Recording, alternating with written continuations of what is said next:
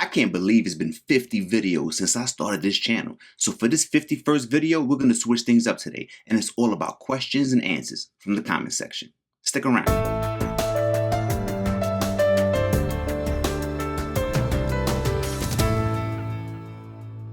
Why did I start collecting action figures, and how did I start collecting action figures? To be honest, I didn't really think I was collecting anything until I actually started. See, how it started was this. I was hooked on the Flash TV show when it first came out on the CW. Those first couple of seasons were epic. And when I saw Zoom, not Hunter Zolomon, but Zoom from the TV show, I was like, whoa, this show is crazy. So what I wanted to do originally was get me a Flash figure, a reverse Flash figure, and a Zoom figure. And I wanted to put them all on the shelf outside of their boxes to display them. I didn't really realize the rabbit hole that I was about to go down. This is what I mean when I say 5 things I wish I knew before I started collecting. I thought it was going to stop right there, but I didn't really realize how our collecting minds work. It didn't take too long before I was like, oh wait, they jump in Flash. That's not fair. Now I need to go get another good guy. This is back in the day when Toys R Us was still open and everything was in stock. Now I'm going there for one guy, but when I'm there, I see 4 more than I like, and that's how things started to snowball right there. When did I start collecting? I would say that I consciously started collecting around 2017, around that time frame right there. That's when I realized that I was just going to keep going and I was going to get everybody that I wanted. Although at the time, I was just thinking CW. I was not thinking Avengers. I was not thinking the X-Men. I was just thinking the CW TV shows. And the Arrowverse, because I was heavy into Arrow too at that time. Actually, my first Marvel legend was the Daredevil Charlie Cox Daredevil figure, which is still one of my favorite figures to this day. Getting him is what made me want to put the rest of the Defenders together, which is what led me over to Marvel Legends in the first place. So if you trace it all back, my figure collecting is heavily inspired by TV shows, mainly the CW. Who are my top 3 Marvel superheroes? To answer this, I would have to say my top 3 Marvel characters. I'm not too big into heroes like that. Like if I had powers, I would not be a struggling photographer, or I wouldn't be working for the newspaper. It wouldn't go down like that. That just wouldn't happen. My life would be more like The Boys. With that being said, my favorite characters are on my banner. From Marvel, it would be Magneto, Symbiote Spider-Man, and Wolverine.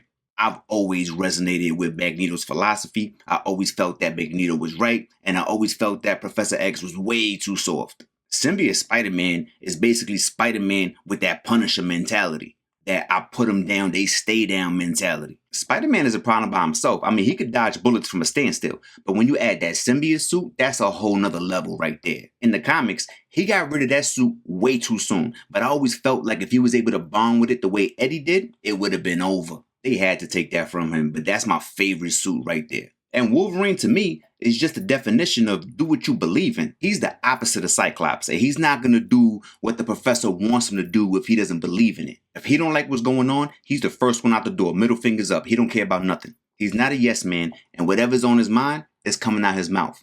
On top of that, he's the best at what he does, right? My top 3 DC superheroes.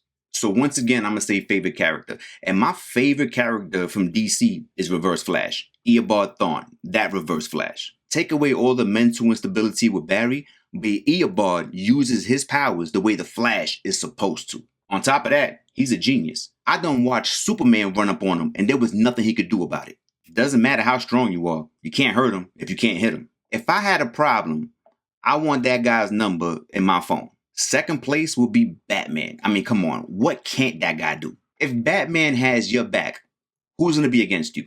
You're going to win every time. And I like his personality too, because I've never seen that guy laugh. His sarcasm and dry humor is ridiculous. Third place for me will go to Black Adam. Once again, the villain wins. I mean, to me, Shazam is a clown. And Black Adam has had thousands of years to practice. Once again, if I had a problem and I had to call Reverse Flash, Batman, and Black Adam, 9 out of 10, I'm getting out that situation. My top 3 Marvel teams. So off rip, the X-Men Blue Team. That's the better part of the squad to me. If you wanted to say X-Men, that's fine too. My second favorite team would be the Fantastic Four. And not because of them, but because of what they bring to the table. The Fantastic Four brings along characters like Silver Surfer, Galactus, Doctor Doom. Even the Baxter building is tough. And plus, Reed Richards is one of the smartest men in the Marvel Universe, so you can never go wrong with that. I think third place for me would probably be X Factor. And I know that X Factor came out when X-Men was in their prime and they were trying to make as many X teams as possible. But that team is tough. Multiple Man, Strong Guy, Polaris. I mean, they're not as popular as the X-Men, but I love that team. I like almost every member of that team. I would have went with the Brotherhood or the Hellfire Club, but there's people on those teams that I don't really like. I like every single member of X Factor. So I will go with them. My top 3 Marvel Legends. So when I get this question, I usually take the Tom Brady approach because my favorite Marvel Legend is always my next Marvel Legend. With that being said, I think that the 3 most important legends to me in my collection are my X-Men Wave 1 Wolverine with the brown costume. He was one of the first characters that I had to hunt down, and I could not complete my Juggernaut without him. I'm always going to remember him. My Netflix Daredevil would have to be second place. I mean, without him, I would have never even gotten into Marvel Legends in the first place. So there's that. And last place would have to go to my Hulkbuster from my Age of Ultron double pack. That Hulkbuster to me is the best one, and I don't like any of the ones I've seen besides him. The Build-A-Figure one, I don't like it. And the new one that's coming out, I don't really like it either. I usually shy away from MCU figures, but that Hulkbuster, that one's perfect to me. What would be my Grail figure, and how far did I go to get it? The figure that means the absolute world to me will probably have to be my DC Collectibles Zoom figure. I already said that this all started because of Zoom, but fun fact, I didn't get that Zoom figure for years. At that time, that Zoom was going for close to $200, and I was in my infancy with collecting, so I wasn't trying to drop that. I'm still not trying to drop that. My mom's wound up surprising me for Christmas one year, and that's how I got him. On top of that, she got him autographed by Tony Todd, who does the voice for Zoom on the CW show. I don't have to tell you, I was not expecting that. That figure means the world to me for so many reasons. And if I had to run in here and grab one figure and run out, it would be that one. Will I get into other content, such as ranking shows or movies or doing reviews of shows and movies?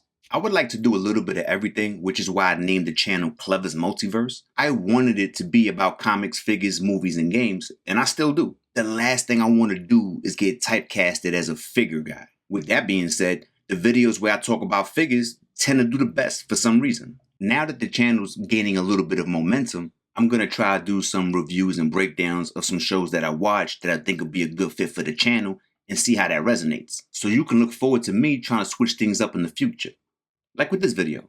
Why did I start a YouTube channel? I think I started this YouTube channel because I felt like there was something that I could add to this. I watch a lot of YouTube, but I always feel like the person is speaking to me, but they're not speaking for me, especially in this genre. I feel like I give a certain perspective on things that other people may not notice or may not speak about. And I was really thinking about how I can make this channel unique. You could also add to the fact that I really don't have an outlet when it comes to my collecting. Nobody in my day-to-day life understands what it is that I do.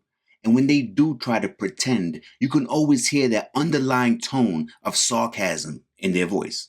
Not that I'm going to change, but I am going to shut them out as far as that's concerned. Collecting is something that I really do in a vacuum. So when I'm over here making videos and you guys are commenting and telling me your stories, that's not something that I really have in my day-to-day life as far as this is concerned. That's just not something that I'm used to, but it is something that I appreciate. At first, I think I just wanted to see if I could fit in.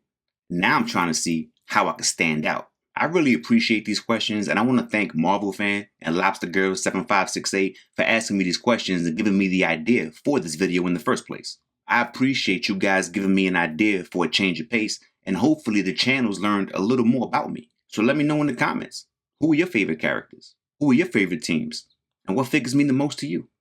Until next time. Peace.